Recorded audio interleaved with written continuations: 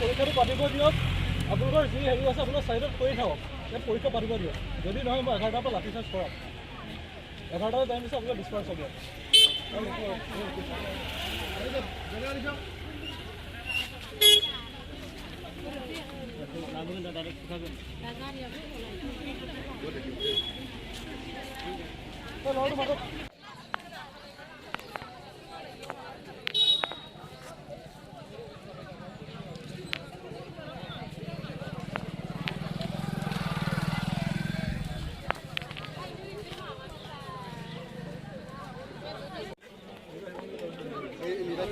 Interview শেষ হোৱাৰ পিছতে মতলবেই নাই আৰু ইণ্টাৰভিউ কি হ'ব আপুনি কি কৰে মই ইণ্টাৰভিউটো আনি যেনিবা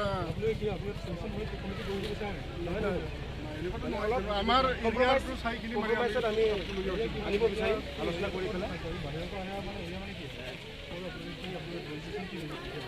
অসমৰ বাহিৰৰ পৰা অসমৰ কি BTAR নহয় কিহৰ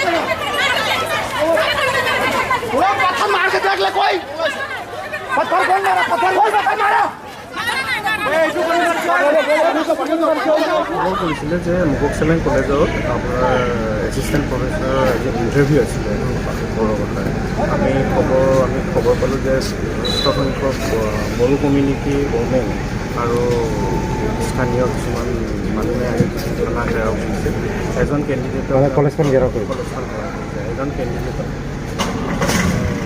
আবদ্ধ কৰি ৰাখিছে তেখেতৰ ইণ্টাৰভিউ দিব আহিছিলে আৰু চাগে অলপমান ফেভাৰিজিম আছিলে তাৰপিছত আমি উপস্থিত হোৱাৰ লগে লগে তেখেতলোকে বিভিন্ন ধৰণে শ্লোগান কৰে আৰু শ্লোগান কৰি কিনে তিনিজন ল'ৰা আছিল একজন দিবলৈ এটা ইণ্টাৰভিউ দিবলৈ ল'ৰাজনক আবদ্ধ কৰি ৰাখে যোনটো গণতান্ত্ৰিক প্ৰক্ৰিয়া হ'ব লাগে আমাক প্ৰিন্সিপালৰ আমাক ক'লে আমাৰ লগত নিৰ্দিষ্ট থাকিলে কৰ্মী হিচাপে সুকলমে গণতান্ত্ৰিক প্ৰক্ৰিয়াৰে আমি ইণ্টাৰভিউটো আমি সফল কৰিছোঁ এতিয়া ইণ্টাৰভিউত আপোনাৰ ইউনিভাৰ্চিটিৰ পৰা গ্ৰেজুৱেট আহিছে বা যিসকল বিষয়বোৰ তেখেতলোকে চিলেক্ট কৰি অন মেৰিট বেচিছ আৰু যিখিনি সময়তে আমাৰ স্থানীয় বড়ো মহিলা আৰু বড়ো কমিউনিটি শ্লোগান কৰিছিলে, অলপ পুলিচৰ লগত একেলগে ঠেলা হেঁচা কৰিছে। আমাৰ ডিউটিটো বাধা দিছে, আমাৰ গালৈ নিক্ষেপ কৰিছে, পানী বটল নিক্ষেপ কৰিছে। সেই হিচাপে আমি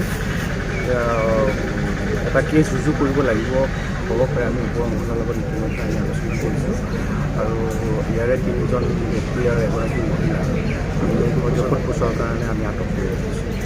সৃষ্টি হৈ গ'ল। ইয়াৰ বিষয়ে এতিয়া মুখৰ চেলেক কলেজত আমাৰ বড়ো ডিপাৰ্টমেণ্টৰ পষ্ট মানে এটা ইয়াতে আহিছিলে আৰু সেই পষ্টটো পাবৰ কাৰণে আমাৰ ইয়াতে আগৰ পৰা লাগি থকা হৰেণ ব্ৰহ্মদেৱে আগৰ পৰা আজি 6 বছৰমান আগৰ পৰা ধৰি মানে বড়ো পষ্ট ডিপাৰ্টমেণ্টটো ইয়াতে সি ক্ৰিয়েট কৰিলে। সি মানে বহুত কষ্টৰ মাজেদি সেইটো ফিজিকেলি আৰু মেণ্টেলি কষ্ট কৰি পেলাই আজি বড়ো ডিপাৰ্টমেণ্টৰ পষ্টটো ইয়াতে ক্ৰিয়েট কৰিলে। এতিয়া গভমেণ্ট তৰফৰ পৰা এতিয়া মানে চাকৰিৰ কাৰণে এটা মানে পষ্ট যেনিবা এপ্লাই কৰিব পাৰে বুলি তেনেকৈ মানে ঘোষণা দিলে। তাৰপাছত আমাৰ ইয়াতে চিমেণ্ট চাপৰি আৰু বিভিন্ন জেগাৰ পৰা আহি পেলাই এই পষ্টটো এপ্লাই কৰিলে। তাতে আজি ইণ্টাৰভিউ আছিলে।